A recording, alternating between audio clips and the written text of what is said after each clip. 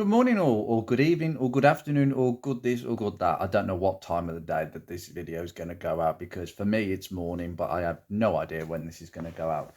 But I thought I would talk about the EVAP system on a Mark 1 Focus. It is something that is rarely spoken about and rarely looked at because on Ford Focus Mark 1s and many Fords of this era, there's just not many problems with them.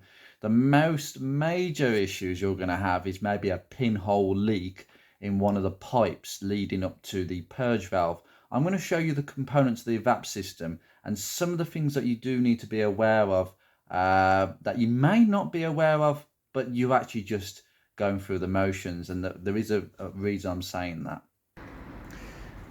Now, the EVAP system on any car of this age was to reduce evaporative emissions, i.e. fuel vapor. In the olden days, cars did not have an EVAP system. They literally had a pipe coming out the fuel tank and would go down somewhere, and it would basically vent excess fuel vapor to the atmosphere. Not great for the environment and not really using those fuel vapors efficiently, because as anybody knows, fuel vapors are much more volatile than the actual petrol itself, or whether it's diesel or whatever. So ideally, you want to be using those vapours and pushing them towards the engine so they can be burnt, and therefore you're getting more value from your fuel, better efficiency. And it's an amazing system, and it's really honestly produced, it's lowered emissions down a lot for cars of this age. They would be much higher if they weren't, but obviously due to a load of European emissions going on. I mean, this is the Focus Mark 1 is more or less a Euro 4 car. It was developed to be that. Most of the engines would pass Euro 4 quite comfortably, even though this was Euro 2, Euro 3 stage. But basically, we're going to start at the back and we're going to work forwards. Now, the whole idea of using those fuel vapours is to improve the efficiency, as I've just said. But there are quite a few issues that can arise. Not massive issues, but something that you'd notice up front. Maybe you've had a code, maybe it's hard to start, maybe your fuel economy is going down, maybe it's a bit rough at idle, especially after you've filled up. So we're going to have a look starting from the back side. Right, you join me under the car by the fuel tank. I'm lying down and getting my coat dirty again. And next to the tank, at the back of it I should say, is the charcoal canister, the EVAP charcoal canister. Now you see the pipe that runs directly into the bottom of that canister. That is taking fuel vapor into that canister right now. It's happening right now, regardless of whether the engine be running or off. Okay, inside the canister is activated charcoal. Now activated charcoal basically contains carbon, and that removes any impurities from the fuel vapor. You'll find activated charcoal filters in your dehumidifiers in the home, or air purifiers. They basically remove any sort of impurities and leave you with whatever you need to, whatever it is, clean air, fuel, whatever, coming out the other side. And in this case, clean fuel vapors that are ready to go towards the engine at the front and be burnt efficiently. And it is basically a storage facility. There's nothing really that goes wrong with them. The only thing that I would suggest is, at this time, times are hard, aren't they? You know, very rarely have I filled the tank up near to the top, unless it's a really long journey. But if you're one of these people that tries to fill it to the brim, you must have, one, a lot of money and have a good job, so good on you, and two, you're going to absolutely ruin your charcoal canister. And the reason being is, if you were to flood, basically if you fill that tank to the brim, there is a chance that the fuel, excess fuel, will flood that pipe and go straight into your canister, and it will absolutely saturate the activated charcoal inside it. It is not good, and basically you're going to get some codes. You might get a P0453 or P04057, which basically indicates your charcoal canister as being absolutely saturated and the fuel vapours cannot get through to the engine because, well, obviously vapor cannot pass through liquid. So that is a big no-no. But apart from that, they really don't go wrong. If you have saturated your canister, you will get those codes and you will need another second-hand one. They just unhook from the back of the tank, but there really isn't nothing more to be said there. Now that basically will now take, we'll get, there is a pipe at the back which will take it to the next section, which I'm just going to show you now. Now this pipe here, so basically there's a pipe that goes over the tank from the charcoal canister, and ooh, I'm gonna have to sort this out, it's getting a bit scabby again. It's always scabby on the chassis rails. Don't get distracted. This is the pipe, a little plastic pipe that basically connects to the pipe above the tank, you can't see, and it will connect to this big line. Okay, let's get you in here. Okay, this big line here that runs off this plastic pipe. Do check this plastic pipe because it is and can be a source of leaks. And again, you'll get an EVAP code related to this. Okay, but overall there's nothing to go wrong. It takes fuel vapors through that big pipe all the way to the engine, and I will show you that now. Now up front here, so if I can just show you in here, there's the EVAP pipe that we've just seen underneath the car, and it's basically connected to this plastic hose similar to one that I've just shown you underneath the car, and it takes it all the way around to go inside the charcoal canister. Now this is a little charcoal canister that sits below the actual purge valve. Now that purge valve basically is controlled by the ECU, and it will only open to allow fuel vapors to go through this pipe into the back of the inlet manifold. It's just, it goes in there, you can't really see, it goes down this pipe and it connects to the back of the inlet, and basically it will only open once the engine is at running an operating temperature, around about that. It has to be running an operating temperature for that to open. Okay, you will hear some audible clicks if it opens or closes. It will like pulse a little bit, but this little canister is actually a miniature version of the actual canister by the fuel tank, but I don't think it's got any activated charcoal in it because that process has already been completed.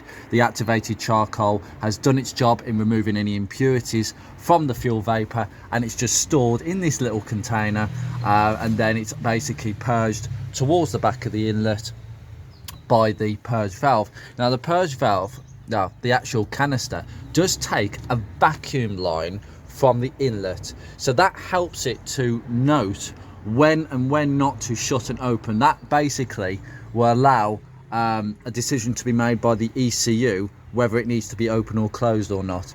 But frequently the weak point of this is this line here. Now I've known it to break anywhere along here, it just runs here, okay, but I've known mine's previously broken, and I've bought 2 or 3 from the scrap yards for this exact reason. If you've got a MK1 Focus and you want to keep it long term, I suggest you go to the scrap yard and get a few of these. I really would, and a couple of these as well.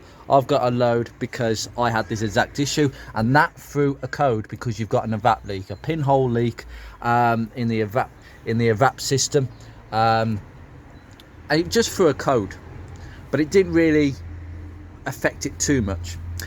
If that purge valve, however, sticks shut or open, whichever one, it will throw 1 or 2 different codes, but the main one is P0450. That's the code if that goes wrong. But to be honest with you, I've never known one to go wrong. I mean, okay, maybe there's 1 or 2 owners out there who've had this issue, but really they're rare. GM cars, any GM cars have lots of issues with purge valves going. In fact, I think GM, Vauxhall and a few others, they all did a massive recall because the purge valves were completely stuck or open. Now that can cause 1 or 2 different issues. If the purge valve is stuck shut, then it could make the engine run a bit on the lean side because the computer takes the decisions from that purge valve to whether what sort of air fuel mixture is required. And if it's open all the time, that's even worse. It will actually make your car run rich because there's extra fuel vapor coming in that the computer has not compensated for. It will have to compensate for, so you will find that your car will run a bit rich. It will go through the fuel a bit quicker. You might even find that it might actually be difficult starting, depending on which one it is. But usually it's not that, because the purge valve will only operate at working temperature. If you get symptoms when the car is working, so like stumbling, high on the fuel consumption, this could be a number of issues, right? And a lot of people don't consider the EVAP system to be a problem. And I've got to be honest with you, unless you get a code, I wouldn't think that the EVAP system would be the culprit in this situation. So really, that's all there is to say. There really isn't much to say underneath this bonnet, but there is something else that I must point out. Now, I had an issue for many years where whenever I went to the petrol station, there's no hissing going on here. I had an issue years ago where every time I filled up at the petrol station, the petrol pump would click off really easy, and I never understood why it did that. A lot of people pointed me in a few different places. I didn't know much better then. I was just guessing myself until I actually understood the system better. Well, basically, when I took my filler pipes out, the filler pipe assembly I'm going to show you in a second, I discovered that the vent line, there's two lines. You've got the filler pipe, the big one, and then you got the breather pipe, the vent line. Now that vent line is there simply when you're filling the tank. Obviously the engine's going to be off, so those fuel vapors are in the tank. They will escape when you take the cap off, and most likely when you go to the petrol station, you'll be low on fuel, and that's when you'll have lots of fuel vapors in the tank. So when you take the cap off, there will be a hissing sound, but in no manner should it literally, I've heard of some people saying that the cap literally just got blasted off. There was so much pressure, and that indicates a blocked charcoal canister valve. That is a big sign. If you haven't had a code up until now, a charcoal canister that is basically saturated would cause that issue. But it could also be caused by the issue I had, and I only discovered it when I did take the filler pipes out. And I discovered that the filler pipe, now the breather, sort of, there is actually a flap inside here. I don't know how something got in there, but basically there's a flap where my finger is on this side, okay? That will go to the breather, and basically it allows the breather to bypass the petrol pump. So you stick the petrol pump in the filler pipe, and there's a bit of gap for excess venting to come out, because there's fuel vapors going out. Because you're filling up with fuel, you can see the fuel vapors when you're filling up. It's like a sort of fuzzy thing.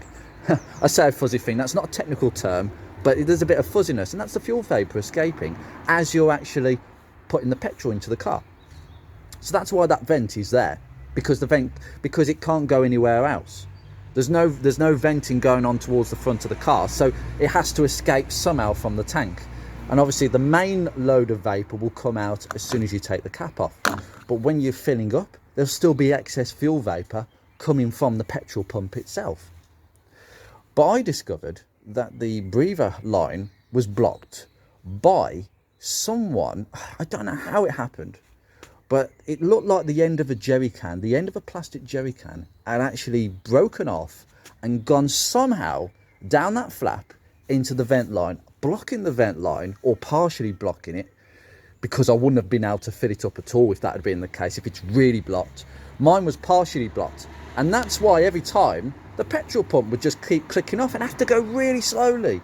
And sometimes, I tell you what, it used to take me about 5 minutes to put about 15, 20 litres. It'd take me a few minutes. And I bet you the bloke behind me looked at the petrol pump and thought, hang on, he was here in minutes. That's not a lot of fuel. What the fuck was he doing? So literally, it was a nightmare for years. I just got used to it. I used to just literally pull the petrol pump just a tad, because I knew it would click off. I knew something wasn't right, but I didn't know what it was until I took that filler pipe off. So again, that's a biggie to keep an eye on. Okay, just make sure it clicks. Make sure that cap clicks, because I tell you what, if you don't click that cap, you'll have a code. You will get a code for basically EVAP emissions, because the fuel vapors will be escaping via the cap and not going through the system, and the system will throw a code. I don't know what code, but basically there'll be a discrepancy there. But really, honestly, that is all you need to know about the EVAP system. There's not many things that can go wrong, but usually it is down to a pinhole in this line that will throw a code if it goes and sticks shut. Obviously you will get some rough running occasionally if you're getting a few symptoms like hesitancy on starting. These can all be symptoms that your charcoal system, the EVAP system, sorry, is not quite working as it should be, or there's a component failure. But most often you will get a code, and I certainly had a code when this broke. When this broke, I still drove the car and it gave a code about it being I think there was a vent issue. It said there was a vent issue, but I knew what it was. It was this, but I can't remember exactly what the code said.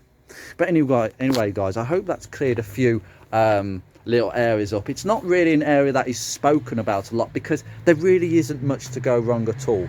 But if you do get some of these symptoms, put it in the comments and I'll see what it could be. Obviously there's a wide range of symptoms that could cause hesitancy at idle. I mean, air leaks for a start, but a lot of people don't look at the EVAP system until there's a code. And as I've discussed many times before, these cars and the ECUs are very basic. Sometimes I call them dumb ECUs because there's not much they actually can tell you until something completely fails. And not all components will completely fail. They'll sort of partially fail, like the coil packs or the MAF sensor. They just won't be quite right. So I will leave it there with you. You take care, guys. I will see you very soon.